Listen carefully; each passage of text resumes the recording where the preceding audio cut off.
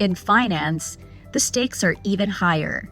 Here, blockchain is being used to rewire how trillions of dollars move, settle, and stay compliant across global markets.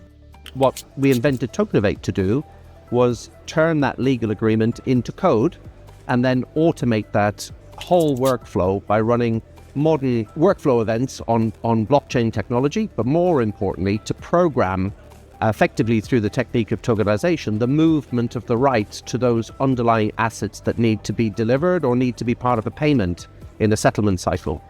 And this is a big industry. This is a, notional value of derivatives is 1.6 quadrillion.